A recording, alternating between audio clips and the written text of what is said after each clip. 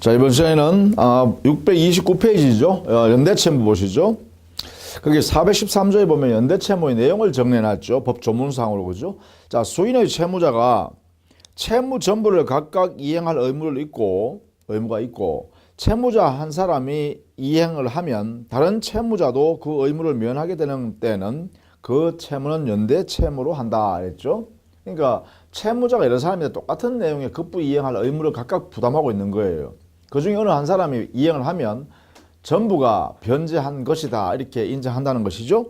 이러한 내용의 관계의 채무관계를 연대채무로 한다 라고 합니다. 자, 이때 연대채무의 특성을 한번 보시죠. 특성은 채무자 여러 사람이 각각 채무를 부담한다라는 거예요. 연대채무. 예컨대 갑, 을, 병이라는 사람이 예컨대 정이라는 사람한테 각각 똑같은 예컨대 3천만 원의 채무를 지급하기로 이렇게 약속이 돼 있다. 채무. 똑같은 채무예요. 이 채무가 여기도 있고 여기도 있다. 근데 갑, 을, 병, 채무자 누구든지 한 사람만 정한테 이행하면 3천만 원 다 변제된 것이다. 이렇게 얘기를 하겠다는 거죠. 근데 이때 이 채무 한 개 한 개는 각각 별개의 독립적인 채무예요. 이렇게요. 별개의 채무로 인정하겠다라는 것이죠. 이렇게. 이게 첫 번째입니다. 그렇기 때문에 당연히요. 이 채무가 이렇게 되어 있기 때문에 독립적이다 보니까 주종 관계는 존재하지 않죠.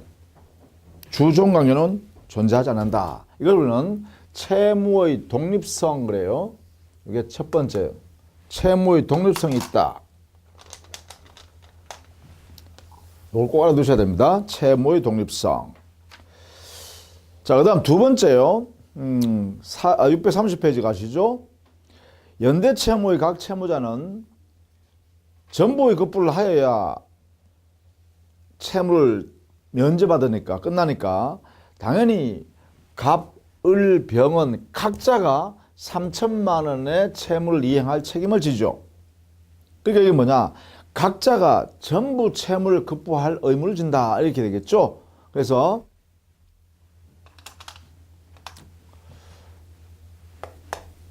각 채무의 전부 지급 의무성이 있다.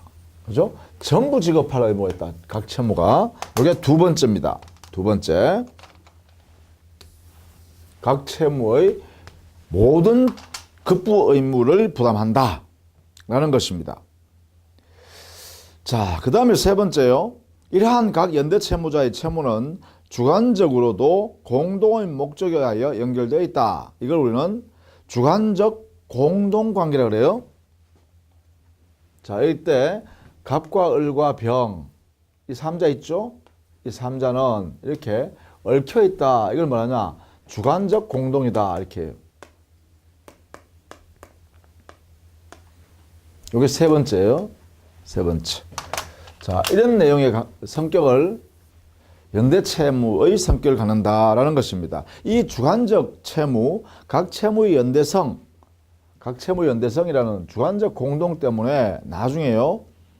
서로 자기가 부담하는 비율이 정해져 있을 수 있고 각자가 부담할 이 내용 안에서요. 갑을 병 세 사람 안에서 자기 분담할 부담이 정해져 있을 수가 있고 그 정해진 이상의 이행을 했다면 나머지 부분에 대해서는 각자가 부담해야 할 비율별로 이행을 구상권을 행사할 수 있다. 뭐 이런 것도 나오겠죠. 자, 이런 내용이 여기에 있다.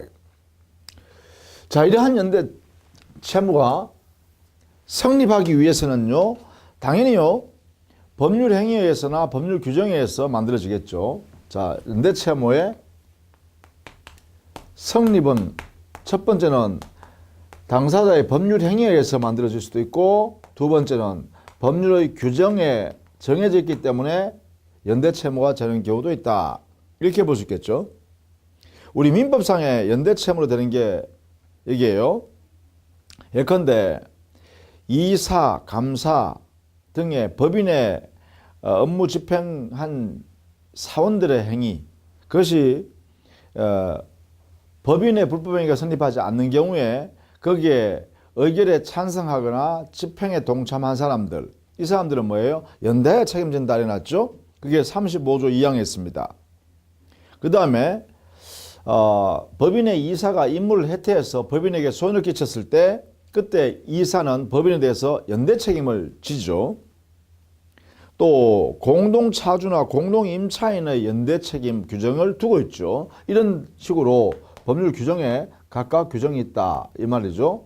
35조 2항은 법인이 불법행위를 책임을 지지 않지만 거기에 그 행위를 하게 된 데 대하여 의결에 동참한 찬성한 구성원인 사원이나 또는 집행한 사원이나 이사 이런 사람들은 연대 책임을 지도록 해놨다는 것이죠. 이게 35조 2항이에요. 그 다음에 65조예요. 이사가 일을 처리함에 있어서 법인에게 손을 끼쳤을 때 이때 그 이사들은 연대 책임을 진다 이래놨죠. 그죠? 뭐 이런 등등의 규정이 있다는 것입니다. 이 행위란 것은 당사자 약정이죠. 약정에서 갑을 병정 이들 사이의 약정에서 연대 채무를 부담하기로 한다 이렇게 하면 연대 채무 관계가 발생한다 이런 뜻이죠. 그래서 크게 나누면 이 두 가지에서 연대 채무가 성립한다라는 것입니다. 자, 그 다음에 세 번째, 이 연대 채무가 이루어지면 효과가 발생할 텐데, 그죠? 효력. 자, 효력은요, 기본적으로 대외적 효력과 대내적 효력을 이렇게 나눌 수가 있어요. 대외적 효력이란 것은 여기에 연대 채무자가 여기에 있는 채권자와의 사이, 이들 사이에 연대 채무, 이 관계되는 것을 대외적 효력이라고 그래요.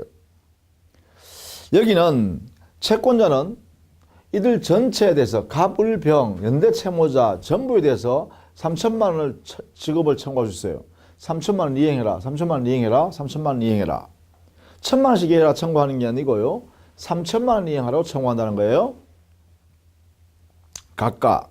그러니까 동시에 청구할 수도 있고 3천만 원 갑, 을, 병 모두에게 각각 3천만 원씩 내놔라 빨리 이렇게 할 수도 있고 아니면 순차적으로 갑한테 3천만 원 청구했다가 그 다음에 을한테 그 다음 순서로 병한테 이렇게 청구해도 돼요. 이게 그래서 이런 내용들이 되고요. 또요 3천만 원 다 내놔 할 수도 있지만 야 너 갑 너는 2천만 원 줘 이렇게 할 수도 있다는 거죠. 그러니까 전부를 이행하라 청구할 수 있고 또는요 이 채권자가 일부를 청구해도 무방해요. 그럼 일부를 청구해서 2천만 원 받아냈으면 또 나머지는 3천만 원 중에서 1,000만 원 못 받았잖아요. 그럼 1,000만 원 받으면 되겠죠. 그러면 을이든 병한테 누구든 한해 1,000만 원 내놔 할 수도 있겠죠. 있겠죠 당연히. 이렇게 그래서 아주 대외적으로는요 이 채권자가 자기의 권리 해소하는 방법이 굉장히 다양하면서 안정적이죠. 그죠? 그것을 좀 알아두시면 되겠어요. 채권자는 여기 연대 채무자에게 모두에게 동시에 3천만 원 다 내놔라라고 할 수도 있고 순차적으로 청구할 수도 있고 또 전부 3천만 원 다 내놔라 할 수도 있지만 일부만 청구할 수도 있다. 자, 이것을 꼭 알아두셔야겠죠.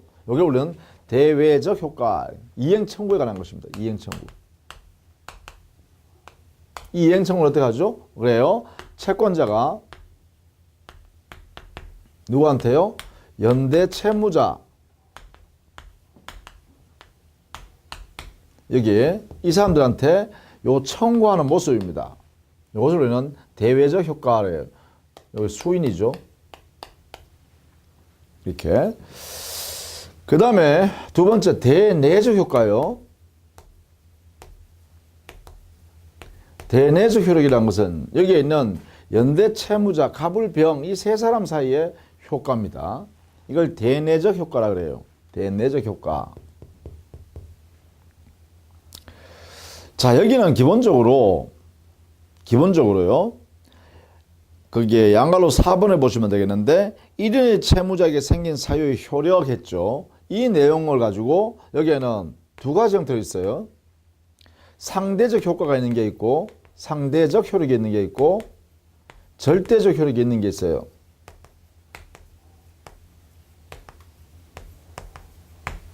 이게요.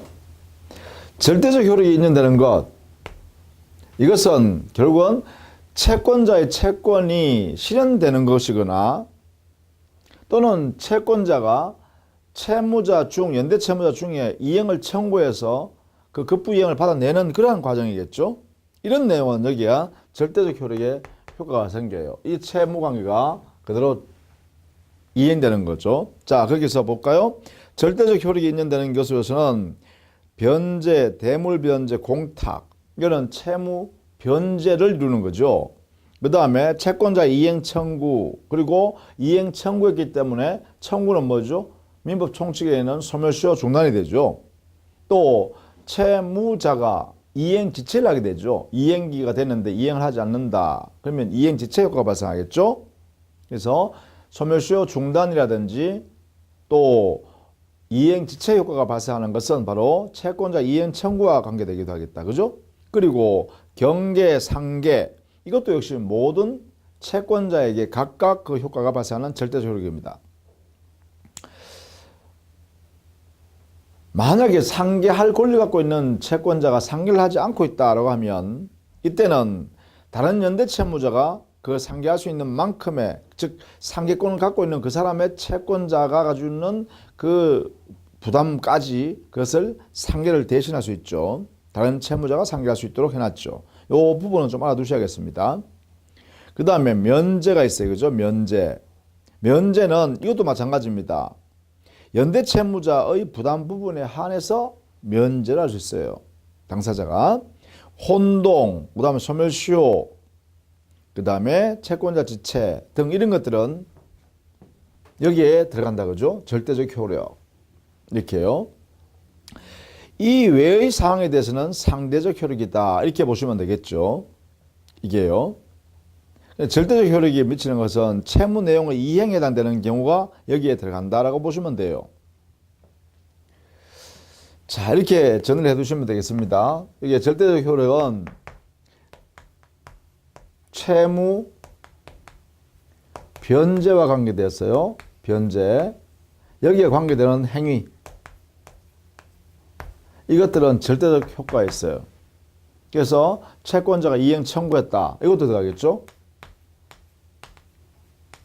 이렇게. 나머지는 전부 다 상대적 효과예요. 자기들끼리는. 그죠?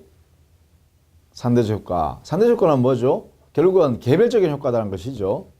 절대적 효과라는 것은 연대 채무자 전부에게 그 효력이 미치는가, 이런 효과를 보시면 되겠죠. 변제에 따르면 갑이 변제해버리면 이렇게 한대요. 여기에 갑이라는 사람이 정한테 변제해버리면 을, 병도 이미 변제를 다 한 것이다 이거죠. 그래서 이 채권 채무 관계가 종료된다는 것이죠.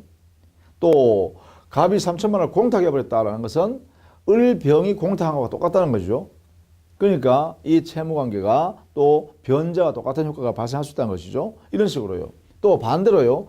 정 채권자가 갑에게 청구했다, 이행을 청구했다는 것은 을, 병한테 청구한 것과 똑같은 효과가 발생한다는 거죠. 절대적으로. 이런 의미가 바로 여기에는 절대적 효과다. 이렇게요. 이렇게 정리하시면 되겠죠. 그 외에 이런 내용이 아닌 것은 상대적이다. 이렇게 봐요. 상대적인 아주 극소합니다. 자, 그 다음에 만약에 말이죠. 세 번째, 구상관계 문제입니다. 이 구상관계란 것은 여기엔 연대 채무자 사이에 중1인이 변제한 경우에요. 그러면 자기가 부담해야 할 부분을 넘는 행위로서 채무를 다 변제해버렸다라고 하면 나머지 연대 채무자에게 그들이 부담해야 할 부분이 있을 거 아니에요. 그죠? 그들이 부담하기로 한 부분에 대해서는 그러면 당연히 이 변제한 채무자가 대신 변제한 것이잖아요. 그러니까 당연히 그 부담 부분에 대해서 구상권을 행사할 수 있겠죠. 그죠? 이 부분에서 바로 구상관계 문제가 생긴다라는 것입니다. 그게 연대 채무자 사이에서의 구상관계를 말한다. 이렇게 보시면 되겠죠. 그것이 631페이지에 있어요. 자, 먼저 연대 채무에 있어서 부담 부분의 결정은 물론 각자가 여기에요. 갑, 을, 병이 정할 수 있겠죠. 자기들끼리 내부적으로요. 이게 주관적 공동인데 내부적으로 각자 우리 공평하게 1,000만 원씩 부담하기로 하자. 그런데 대외적으로 어떻게 해요? 갑은 3천만 원 변제할 채무, 을은 3천만 원 변제할 채무, 병은 3천만 원 변제할 채무 똑같이 부담하는 거죠. 그러나 내부적으로는 야, 내가 만약에 3천만 원 부담하면 내가 부담할 부분은 1천만 원인데 나머지 을 너는 내한테 1천만 원 주고 병 너도 내한테 1천만 원 줘. 이렇게 서로 약속하는 거죠. 이게 뭐예요? 이게 부담 부분이에요. 그죠? 이것을 우리는 부담 부분이라 한다. 이렇게요. 자기들끼리 정할 수 있죠. 물론 법률 규정에 정해질 수도 있습니다. 그러니까 대부분은 특이하게 해서 정해지는 게 대부분이고요. 만약에 채무자 사이에 부담 부분을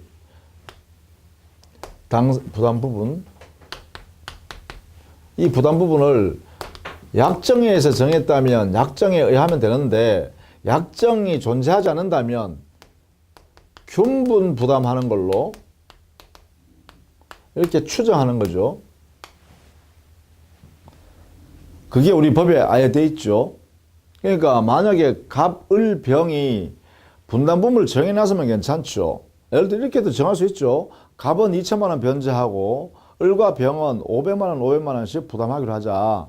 이렇게 할 수도 있어요. 부담 부분을. 그죠?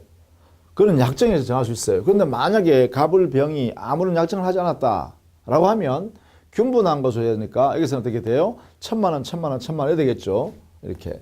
이런 약속이 이루어졌다고 하자. 추정하자는 거죠. 이렇게. 자, 그렇다면 이제 이렇게 될 거 아니에요. 만약에 갑이 이렇게 부담 부분을 이렇게 나누어서 약속했는데 갑이 만약에 3천만 원 이렇게 변제했다라고 하면 3천만 원 전액을 변제했다. 이렇게 하면 당연히요. 자기의 부담 부분을 초과한 부분은 을하고 병한테 이 비율별로 3천만 원. 자, 자기의 부담 부분 빼고 나머지 2천만 원은 을한테 1,000만 원 받고 병한테 1,000만 원 받으면 되겠죠. 이렇게 하는 것을 뭐라 한다? 구상권 행사다. 이렇게 표현합니다. 여기서 갑이 만약에 이렇게 3천만 원 다 변제했다면 갑은 을한테 1,000만 원을 청구하고 병한테 1,000만 원 청구하는 이 관계를 뭐라 하냐? 구상권 관계다. 구상관계다. 그죠? 이걸 구상권이라 그래요. 자, 거기에 631페이지에 보면 구상권의 성립과 그 범위라고 돼 있죠. 성립 보면 어느 채무자가 자기의 출제라는 것은 자기의 재산으로 변제하는 것을 말해요. 자기의 출제로 모든 채무자를 위하여, 연대채무자죠. 연대채무자를 위해서 채무 전부를 소멸케 하거나 또는 감속케 했다면 이때는 타인의 채무까지 자기가 변제한 것이 되잖아요. 부담 부분까지. 그죠? 이렇게 해요. 이럴 때 각자에게 구상권이 생긴다. 이렇게 변제해버리면 구상권이 생긴다. 그 범위는 그렇게 해놨죠. 그 범위는 채무액을 한도로 하는 출자액, 그 다음에 그의 면책된 법정이자, 그 다음 변제 비용, 뭐 이런 등등의 비용들입니다. 그러니까 결국은 이 변제 여기는 3천만 원 줬다면 3천만 원이 되겠죠. 그죠? 그리고 만약에 이게 구상권 행사해야 되는데 구상권 성립했는데 얘가 1,000만 원 안 주면 어떻게 돼요? 1,000만 원 안 주면 거기에 대한 이자도 붙여야겠죠. 당연히. 그죠? 그런 내용이다. 변제에 대한 비용 이렇게 다 합쳐서 한다. 그 다음에 세 번째 구상권의 제한도 있어요. 이것은 뭐냐? 사전 통지나 사후 통지를 하지 아니한 연대채무자입니다. 사전 통지 이게요. 여기는 만약에 갑이 이렇게 변제할 때 말입니다. 을과 병한테 야 내가 3천만 원 변제할게 라고 하고 변제해야 된다는 거예요. 이걸 뭐라 하냐? 사전 통지 라고 하고, 또요 만약에 사전 통지하고 변제했잖아요. 변제했으면 다시 갑은 뭐예요? 변제한 후에 을과 병한테 내가 3천만 원 다 변제했다 라고 통지해 주라는 거죠. 이걸 뭐라 그래요? 사후 통지라고 합니다. 그럼 두 개 다 해야 되냐? 이런 문제 생기죠. 두 개 다 해야 되냐? 그렇지 않죠. 사전 통지했으면 사후 통지할 필요가 없죠. 그렇죠? 그러니까 사전 통지 안 해서 사후 통지를 했다면 또 문제 안 되고, 그죠? 그러니까 이 둘 중에 하나를 해라는 거죠. 자, 사전 통지와 사후 통지를 하는 거다. 자, 이게 사전 통지를 하지 않았다면, 사전 통지했으면 사후에 별도로 통지할 필요는 없겠죠. 당연히. 사전 통지를 하지 않았다면 이때는요, 일정한 제한을 받아요. 그러니까 이건 사전 통지, 사후 통지에 대한 책무예요. 그러니까 연대 채무자는 사전 통지, 사후 통지할 의무가 있다. 이렇게 정리해 두시면 되겠죠. 사전 통지를 하지 않으면 만약에 이 사람이 1,000만 원 가지고 이 정하고 1,000만 원 범위 안에서 면책할 수 있는 그러한 사유가 있었다라고 하면 이 사람의 사유가요, 얘한테 야 3,000만 원 변제할게 하면 얘가 이럴 거 아니에요. 잠깐만, 내가 1,000만 원 을한테 공제시켜볼 수 있으니까 2,000만 원 변제할 수 있으니까 잠깐만 기다려봐, 이렇게 할 수 있을 거 아니에요, 그죠? 그러니까 사전 통지를 하지 않으면 그러한 을의 권리를 행사할 수 있는 기회를 놓칠 수 있잖아요. 그래서 사전 통지를 하라는 거예요. 또 사후 통지라는 것은 3,000만 원 변제하고 난 뒤에는 통제주라는 것은 뭐예요? 만약 그런 사실을 모르면 을이도 3,000만 원 변제해 볼 수 있잖아, 그죠? 그러니까 이런 복잡한 관계를 사전에 발생하지 않도록 사전, 사후 통지 이런 의무를 책무로서 이렇게 인정하는 거죠. 책무. 이렇게요. 그러면 이 이행을 하지 않으면 불이익을 받는다 이거죠. 여기에 연대 채무자 1위는 사전 통지 의무나 사후 통지 의무를 이행하지 않으면 이 책무를 이행하지 않았을 때는 우리 법에 정해져 있는 만큼의 불이익을 당한다. 이렇게 정리하시면 돼요. 자, 그렇게 정리하고 넘어가겠습니다. 이게 뭐냐? 이 행위를 하지 않으면 결국은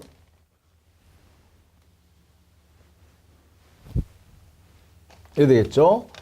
사전, 사후 통지 책무를 이것을 불이행하면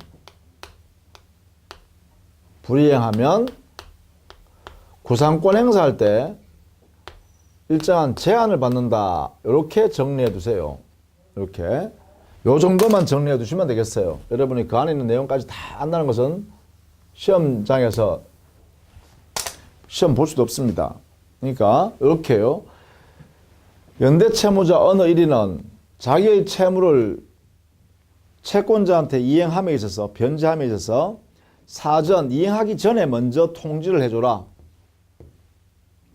그 다음에 이행하고 난 뒤에는 뭐예요? 사후에라도 통지를 다시 다른 연대 채무자한테 해줘라. 그렇지 않고 사전 통지나 사후 통지를 하지 않았으면 그때는 갑이 을한테, 갑이 병한테 행사할 수 있는 구상권이 제한된다. 제한될 수가 있다. 이렇게 알아두셔야겠죠? 자, 그런 내용들을 여러분이 알아두시면 좋겠다라는 것입니다. 자, 그 다음에 632페이지 가볼까요? 상환 무자력자가 있는 경우에 구상권자의 보호 이랬죠. 자, 이 부분은 우리 시험에 한번 낼 수도 있고 옛날에도 한번 나오기도 했죠. 자, 무자력자의 부담 부분의 분담이라고 했죠. 예컨대요, 만약에 이 갑이라는 사람이 이렇게 변제를 했다 해요. 3,000만 원 다 변제했는데 변제하고 나서 구상권 행사를 보니까 을이 요 1,000만 원을 변제할 수 없는 이게 무자력자예요. 재산이 없어요, 이 사람이. 을이 무자력이에요. 요 1,000만 원을 낼 수 없더란 거예요. 그럼 1,000만 원 없으면 어떻게 하죠? 요 1,000만 원에 대해서 그러면 병이 2,000만 원 내놔야 되나요? 그건 아니잖아요. 그렇죠? 이러니까 이때는 분담 비율로요. 구상권자 갑하고 나머지 연대 채무자 있죠? 이 사람하고 사이에 분담을 하는 것이 옳겠죠? 이 비례해서 나누어 가져야죠. 1,000만 원 부담하니까 1대1로 부담해야 되겠죠? 그러니까 이 1,000만 원 어떻게 해요?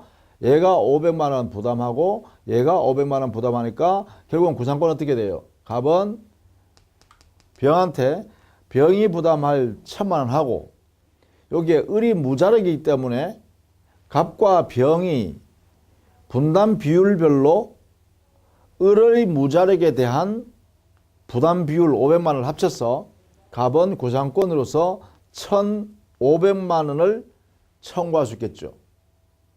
자, 이렇게 된다는 것입니다. 1,500만 원을 갑은 병한테 청구할 수 있다. 이런 이야기예요. 2,000만 원 아니죠? 그럼 왜 그래요? 이 1,000만 원을 구상권 행사한 사람하고 다른 연대 채무자가 부담 비율별로 이 부담을 나눠야 되니까. 그래서 1,000만 원 부담하는 것은 1대1이니까 2분의 1씩 각각 부담하라는 거죠. 그래서 1,000만 원에 2분의 1이니까 500만 원씩 나누어서 여기 병이 부담한다라는 것이죠. 이렇게. 그래서 병은 가벽에 구상해 줘야 할 의무가 1,500만 원이다. 이런 이야기예요. 자, 이 부분을 알아두셔야겠죠. 이렇게. 자, 그런데 만약에 말입니다. 여기서 또 하나 더 합니다. 자, 이 을이 무자력이라 했어요.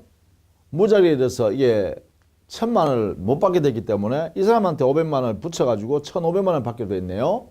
그런데 만약에 여기에 있는 병이라는 사람이 정과 잘 알기 때문에 정이요. 여기에 있는 병한테 이렇게 약속해 줬네요. 야, 너희들끼리 뭐 1,000만 원씩 나누어 갖기로 했다며? 분담하기로 했다면서? 그러면 병 너는 연대 채무에서 빼줄게. 네 부담 부분만 부담해. 너만. 병 너는 내한테 3,000만 원 변제하지 말고 1,000만 원만 부담해. 이렇게요. 이게 뭐라 그러냐? 정으로부터 여기에 있는 병이라는 사람은 자기의 부담 부분만 이렇게 나누어 빼내서 요 부분만 부담해라. 이렇게 해버리면 이게 뭐냐? 이게 연대 면제라 그래요. 정으로부터 연대 채무자가 연대로부터 면제받아 버렸다. 이렇게요. 자, 병은요, 1,000만 원 이상 부담받지 않도록 여기에 있는 채권자가 이렇게 면제시켜줘 버렸네요. 그러면 이 병은요, 자기의 부담 비율만큼만 책임을 지면 되겠죠? 요 1,000만 원, 그죠? 그런데 지금 현재 뭐예요? 여기에 있는 을이라는 사람이 무자력이기 때문에, 자, 정은요, 갑으로부터 3,000만 원 다 받았어요, 변제를. 다 받고 나면 정은 자기 채권을 회수했으니까 이 사람은 끝났죠. 끝났는데 문제는 뭐냐면 이거예요. 그 연대 채무자 병, 이 세 사람 중에 병한테 그 전에 연대를 면제시켜줬단 말이야. 너가 부담해야 할 1,000만 원까지만 네가 부담하고 있어라. 이렇게 했는데 3,000만 원 다 받았으니 이 사람은 1,000만 원을 변제하면 되는데 이건 더 이상 받을 필요 없잖아요. 근데 문제는 뭐냐면 연대 면제시켜줬기 때문에 이 무자력자가 발생함으로 인하여 500만 원씩 나누어서 부담하게 되는 이 500만 원 있죠? 이 500만 원 그러면 갑이 병한테 가서 1,500만 원 내놔라 하면 이 사람은 1,000만 원 넘는 금액을 부담하게 되잖아요. 그러니까 이때 요 500만 원에 대해서는요, 여기에 있는 연대를 면제시켜준 여기에 있는 채권자가 500만 원을 부담해야 된다라는 거예요. 연대 면제를 해준 채권자가 500만 원을 무자력으로 인하여 다른 연대 채무자가 추가로 부담하게 되는 요 500만 원은 이렇게 간다는 거예요. 이렇게. 그러면 결국은 갑은요, 병한테는 1,000만 원만 청구해야 되고 나머지 을의 무자력으로 인하여 병이 부담해야 할 500만 원은 연대 면제를 시켜준 채권자한테서 받아야 된다는 거예요. 그래서 갑은 병에게 1,000만 원을 청구하고 갑은 정에게 500만 원을 청구하게 된다라는 거예요. 요 내용을 잘 이해해 두셔야 돼요. 그래서 시험에 요 부분이 잘 나와요. 요 부분요. 연대 채무에서 무자력자가 있고 채권자가 그 연대 채무자 중에 어떤 사람을 연대를 면대시켜 주고 싶다. 이런 상태에서 발생되는 요 법 적용. 이것을 좀 알아두시면 좋겠다라는 것이에요. 자, 거기에 있는 기억과 니은 동그라미를 정리해 드렸습니다. 이 부분을 꼭 정리해 두시기 바랍니다. 자, 그 다음에 그 밑에 부진적 연대 채무라는 게 있죠. 이 부진적 연대 채무라는 것은 원래 연대 채무라는 것은 여기에 이렇게 돼 있죠. 독립한 각각의 별개의 채무다. 그리고 그 채무는 전부 변제해야 할, 전부 지급해야 할 그러한 채무의 내용이다. 그리고 연대 채무자 사이에는 주관적 공동이 존재한다. 당사자끼리 분담할 비율을 정할 수 있고 만약에 분담할 비율을 정하지 않았다면 균등한 것으로 추정한다. 그래서 주관적 공동이 존재한다. 그런데 말이죠. 뭔가 주관적 공동이 존재할 수 있는데 부진적 연대채무라는 것은 이게 이제 진전 연대채무예요. 그런데 이게 없다는 거예요. 주관적 공동이 없다는 거예요. 그러면 주관적 공동이 없다면 이 부진적 연대채무자 사이에는 구상권이 성립할 수 없어요. 주관적 공동이 있기 때문에 구상권이 발생했거든요. 그러면 주관적 공동이 존재하지 않는다. 이게 바로 부진적 연대채무의 특성이에요.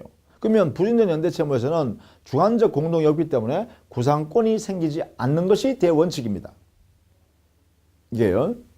그래서 이 부분을 여러분 이해해 두시면 좋겠어요. 그래서 부진적 연대채무는 말 그대로 연대채무와 똑같으니까 독립된 채권이 전부 변제할 채무를 짊어지는 거예요. 그 부분은 똑같아요. 독립한 채권 관계다. 채무 관계다. 독립적이다. 채권 채무 관계는 3천만 원, 3천만 원, 3천만 원 각자가 부담하는 거다. 독립적자적으로. 그리고 전부 지급할 채무를 부담한다. 그러나 요거는 없다. 이런 뜻이죠. 그 부분에 바로 이게 부진적 연대채무다라는 것입니다. 이 부분만 좀 절대 좀 봐주시면 좋겠어요. 자, 그 다음에 633페이지에요. 보증채무입니다. 보증채무는 주채무자가 채무를 부담하는 내용을 보증인의 자가 상대방 채권자와 보증계약을 세겠다 해서 보증계약을 체결하고 그러면 보증인과 채권자 사이에 보증계약을 체결하고 그 주채무가 이행되지 않는다면 자기가 그 채무를 책임지겠다라는 담보를 적용해 준 사람을 보증채무라 그래요. 자, 보죠. 보증채무란 주된 채무자가 그 채무를 이행하지 아니한 때 그것을 이행하여야 할 채무를 말한다 했죠. 그러니까 이 보증채무의 그 법적 성질, 즉 특성을 잘 봐두실 필요가 있어요. 거기에 보면 독립적이다 했죠. 왜 그러냐면 보증계약을 통해서 채무가 발생한 것이기 때문에 독자적으로, 독립적으로 발생하는 거죠. 그래서 독립된 채무다라는 거예요. 그래서 별개의 채무, 그냥 그 내용은 뭐예요? 주채무 내용과 동일하죠. 그러나 발생하는 근거는 독립적이다라는 거예요. 자, 이걸 좀 알아두셔야 됩니다. 보증채무는 주채무와 독립적인 것이다. 일단 성립할 때, 그죠? 그 다음에 니은, 부종성이 있다. 독립성이 있는데, 그 다음 두 번째, 부종성이라는 것은 뭐냐면, 보증채무라는 것은 주채무가 존재할 때 만들어질 수 있는 거죠. 주채무 자체가 없다면은 보증채무를 있을 수 없어요. 왜? 주채무를 이행하지 않을 때 그 채무 내용을 내가 보증인이 내가 책임지겠다라는 게 보증채무거든요. 그러면 주채무 자체가 없다면 이행할 게 없잖아요. 그러니까 보증채무가 성립할 수 없죠. 그래서 주채무의 존재, 성립을 전제로 해서만 보증채무가 성립한다는 게 바로 부종성입니다. 즉 반드시 주채무가 있어야만 보증채무가 성립한다. 이걸 꼭 알아두셔야 돼요. 따라서요, 주채무가 무효가 되거나 주채무가 취소돼 버리면 당연히 보증채무도 무효가 되고 취소되는 효과가 그대로 영향을 받아야 되겠죠.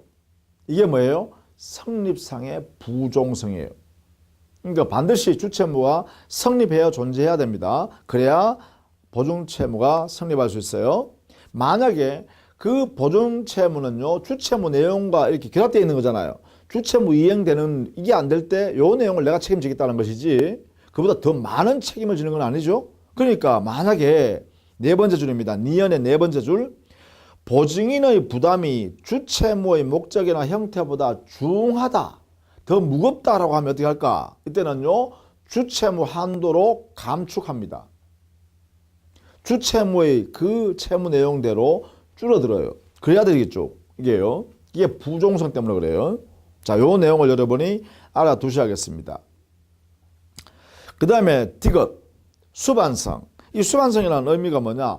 주채무가 다른 데로 넘어가면, 이전이 되면, 다른 말 하면, 주채무 이전되는 게 채권이 이전되면, 채권 이전되는 순간에 보증인에 대한 채권도 함께 이전돼야겠죠? 이게. 자, 이런 내용을 갖고 있다.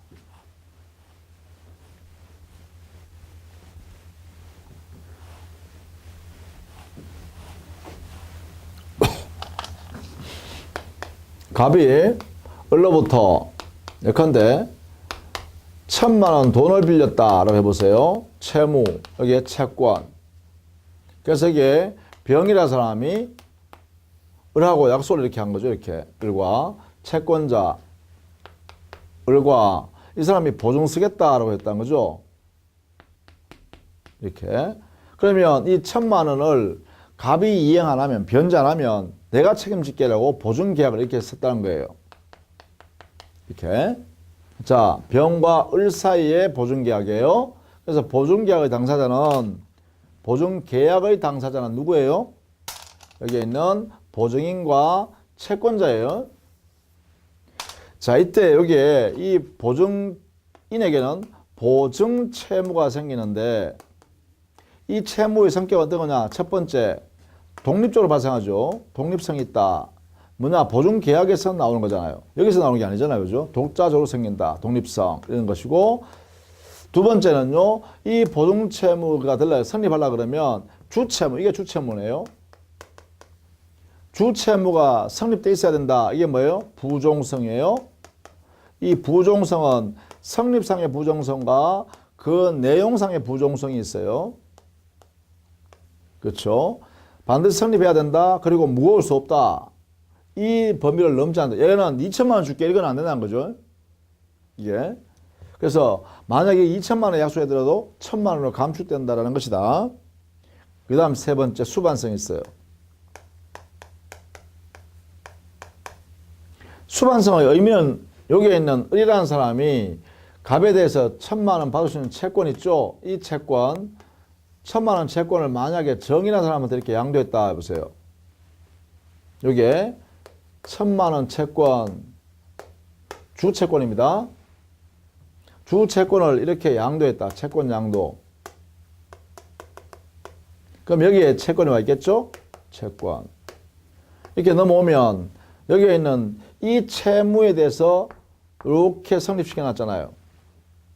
그러면 여기에도 이 채권에도 이 보증 채무 관계가 이렇게 존재하겠죠. 이렇게 뭐예요? 수반된다라는 것입니다. 이렇게. 여기가 수반성입니다. 그 다음에 리얼이에요. 네 번째. 우리 보증 채무는 채권자가요, 반드시 채무자한테 변제를 받을 수 있는지 없는지를 타진해보고, 청구해보고, 그 다음 재산도 찾아보고, 없으면 그때 가서 병 보증인한테 가서 보증 채무 내용들을 이행하라. 이렇게 해야 되는 거죠. 이게 뭐냐? 이걸 보충성이라고 그래요. 즉, 주채무자에게 먼저 이행을 청구하고, 그 다음에 주채무자의 재산에 대해서 집행을 한 다음에, 그래도 보충적으로 부족하면 보증인한테 보증채무를 이행하라 이렇게 한 거예요. 이걸 보충성이라고 해요. 그래서 보통 이 우리 보충성의 우리 민법상 근거는 바로 만약에 을이 채권자가 주채무자 갑에게 채무 이행을 청구하지도 않고 바로 보증인에게 보증채무를 이행하라고 청구해 오면 이 보증인은 먼저 채무자, 주채무자 갑에게 이행을 청구해라. 그런 다음에 내한테 와라. 이렇게 할 수 있어요. 이걸 뭐냐? 최고의 항변권이라고 해요.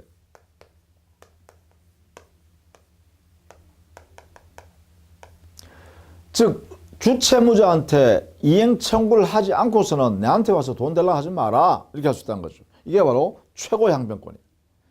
그런데 최고하고 그냥 최고만 해놓고는 바로 보증인한테 야, 너 집행한다니까 빨리 내놔 이렇게 하면요, 이때는 또 보증인은요, 야, 채무자 재산이 있어. 그러니까 채무자한테 먼저 재산을, 주채무자의 재산을 먼저 집행해.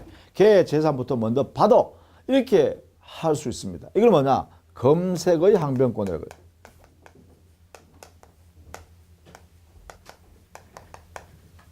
그래서 최고 검색을 가지고서요, 항변할 수 있다라는 이 권리가 바로 보증인에게, 보증채무는 주채무가 이행될 수 없는 상황일 때 보증채무가 책임을 지는 거다.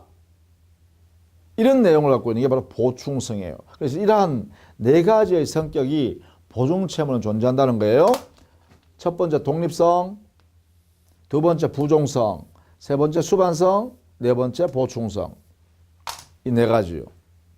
요 네 가지는 꼭 좀 기억을 해 주셔야겠죠. 그리고 의미도 좀 알아두셔야겠죠.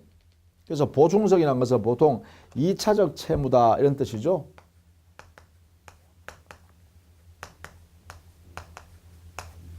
그렇죠? 주채무가 이행할 수 없는 그러한 상태가 되었을 때 그때 책임을 지는 거다라는 것입니다. 자, 보통요. 보통 채무와 연대 채무 차이가 바로 여기에 있어요. 연대 보증하고 차이가 연대 보증에서는요. 보충성인 최고 검색의 항변권이라는 이 권리가 여기는 없어요. 여기는 있는데 그렇죠? 여기는 없어요. 이게 존재하잖아요. 이런 면에서 그러나 연대 보증도 보증 채무니까 독립성이요, 부종성이요, 수반성은 존재해요. 이렇게요. 자, 이 부분만 조심해. 그래서 보충성이 중요한 의미를 갖는다라는 것이죠. 이렇게 정리를 좀 해두시면 좋겠다라는 것입니다. 자, 보증채무의 성립은 기본적으로 보증채무는 채권자와 보증인 사이에 보증계약을 하면 되죠. 다만 우리 여기에 편무무상이다 했는데 여기에 낙성계약이 아니라 이제는 우리 법에요. 요식행위로 하고 있어요. 서면으로 정해라 이렇게 해놨거든요. 자, 이것을 좀 정리를 해두시기 바랍니다. 먼저 거기다가 메모를 하나 해주세요.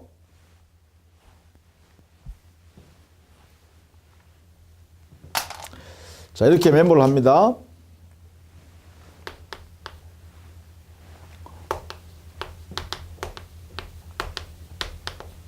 보증채무의 성립과 관련해서요. 자, 보증인과 채권자 사이에 이렇게 보증계약을 하면 됩니다. 자, 이때 보증계약 할 때요. 여기에 메모합니다. 우리 법 428조의 2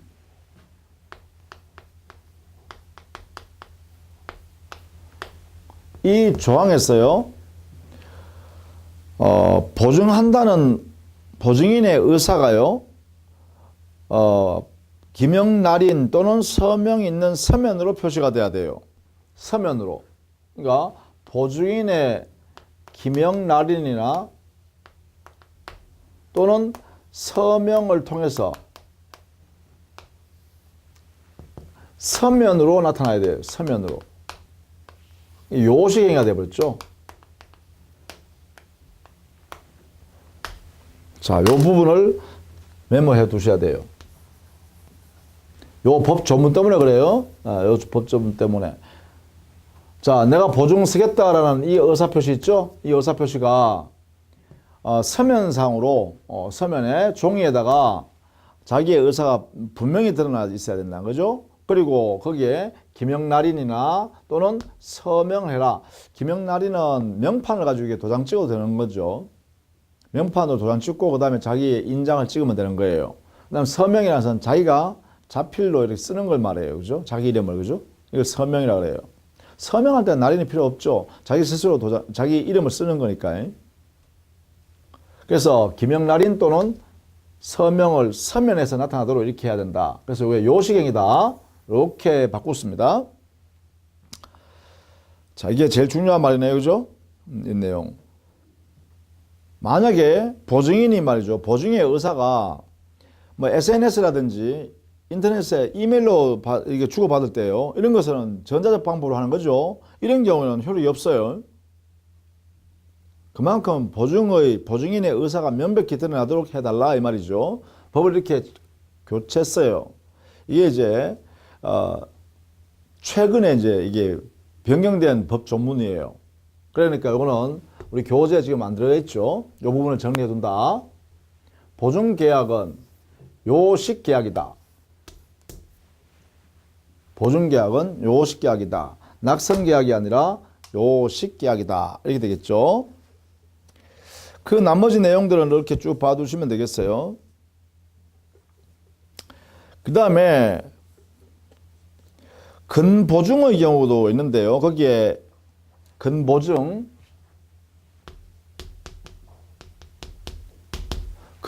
경우도 마찬가지예요. 우리 법 428조의 3에서 금보증에 관한 규정을 또 정리해 놨거든요.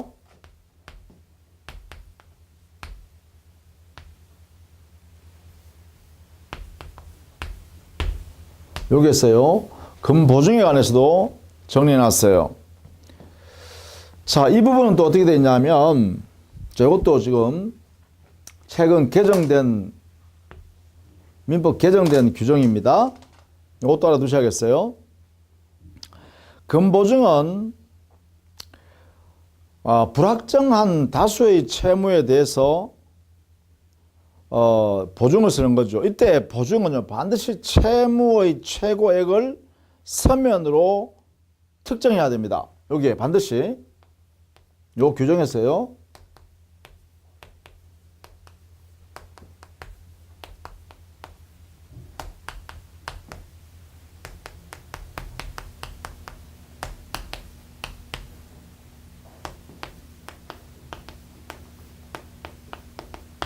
요 한 개는 꼭 알아두세요.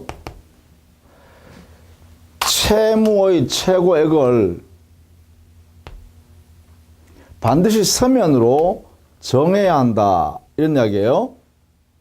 요게 금보증입니다. 그러니까 금보증은 증감 변동할 수 있는 주채무에 대하여 증감 변동, 우리가 불특정, 불확정되어 있는 주채무를 내가 보증 쓸게 나중에 결정될 때 결산기에 결산 딱 정해질 때 그 주채무에 대해서 내가 책임져 줄게 이렇게 한다는 거죠.